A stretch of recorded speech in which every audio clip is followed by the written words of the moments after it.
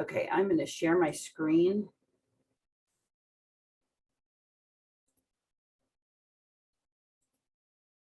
Okay, do you guys see the canvas shell? Is that what you're looking at?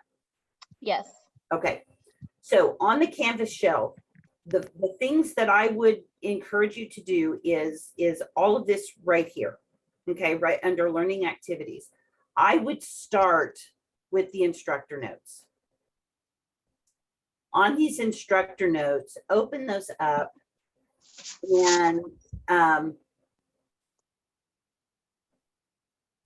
start using them as if you were in a class. One of the things that I'm finding out is that a number of people are not spending enough time in the course. If you are in my course face-to-face, you would be in my classroom anywhere between 4 and 5 hours a week. So if you're not spending that kind of time outside in the online class, then you are cutting yourself short with the time that it's going to take.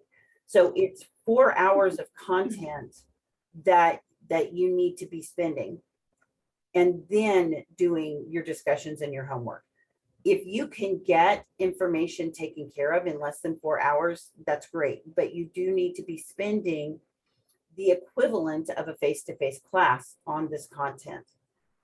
So when I say that, what I would do is I would print off these notes, or if you have a tablet or a computer that lets you write on these, like with an iPad or some other tablet, I would take notes just like you were taking notes in a class.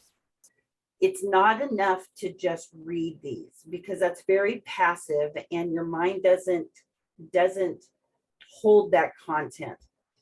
I would take notes on this material that's on each slide. My preferred way to take notes is Cornell notes. I know a lot of you don't like those, and that's fine. Take notes how it works best for you. Okay. Go through these notes and make sure that you are understanding every concept that's in here. If there's not, put a question mark by it and shoot me an email. Okay. Or go to the study guide and see what the study guide has to say about it, and then go to your book. Once you've taken notes on all of these, then you need to go back with a fresh set of notes with no notes on them, with a fresh set of these instructor slides. And that what I would encourage you to do then is make yourself a faux exam. Okay. Go in and write 3 to 4 what you would think would be good test questions on each slide. Okay. Then put it away and go start the next chapter, and continue to do that until you've gotten through all the chapters. Once you've gotten through all of those chapters, then go back and take your test that you built for yourself. Anything that you know, put a star by it. Anything that you don't know, put a check mark and write a new question that deals with that same concept, because that's information that you need to go back and make sure you understand. Then once you've gone through all that and you have starred everything, all you need to do now is review. Okay. So this gives you 2 things that you can utilize that will give you some active work in trying to understand this. Number 1, taking notes on these instructor slides. And number 2, making yourself what you would consider is an exam, if you will. You've taken 3 exams with me. You know how I write questions. So write those, use that kind of style to take notes, because my notes come mostly from the instructor notes, okay, or my test questions. So utilize those for that. Then once you've done that, then go back to the videos and watch those videos. We get back to our unit that we're in.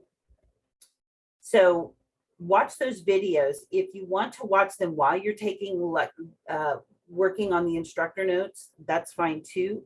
Some of these handouts may be handy for you to understand the concepts. And again, use these supplemental videos and things like that. The videos are where the extra credit comes from, okay? Extra credit has to be turned into me via email, and you need to tell me that it's extra credit and for what unit. Once that unit is over, you don't get to use that extra credit anymore. So 1 through 3, those are gone. But you got all of 4, 5, and 6 that if you send me the extra credit, it will go on that test, okay? But it is in the videos, so you have to watch the videos. Once you're done with the instructor notes and the handouts and the videos, go to the study guide. And I understand that the study guide is still not working for some of you, so I'm going to just send it to you as a file in email. Once you get this study guide, then use this to go over the information that you have. Use this to make sure you understand everything that was in those notes.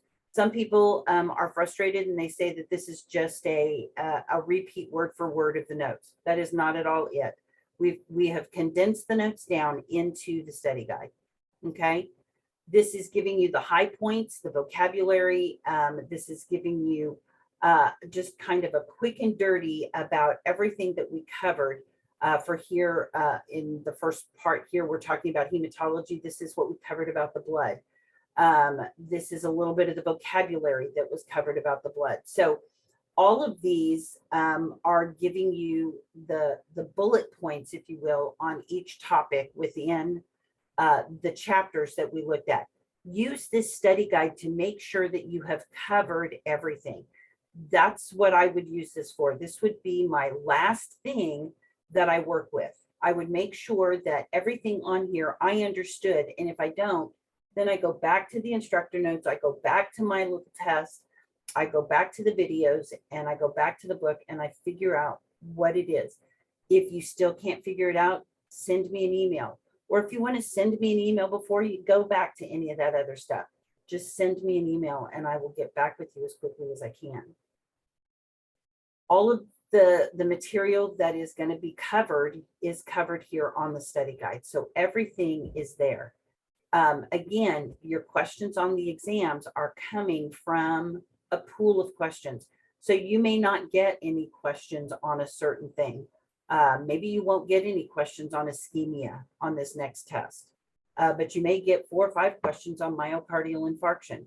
So it's a luck of the draw as to what questions you get pulled, but they all are going to be covered on this study guide.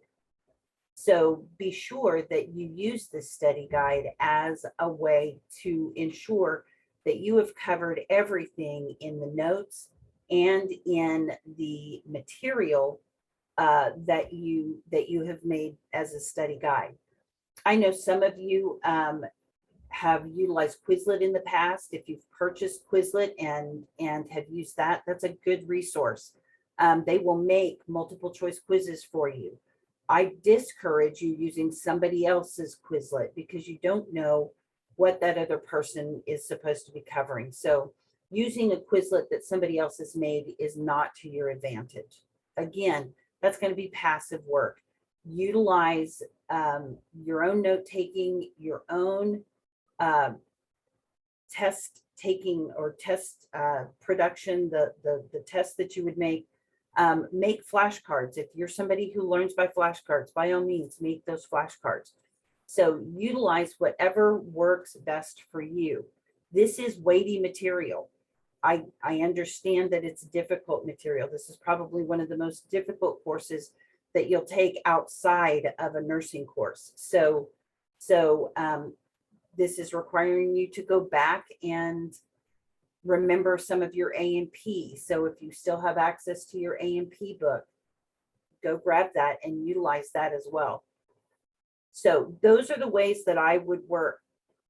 I would use the instructor notes and take notes on those. I would make myself a practice exam using those same instructor notes. I would watch the videos and take notes on those videos. And then I would use the study guide to make sure that I have covered everything and that I understand everything. And then last but not least, send me any questions you have over the content.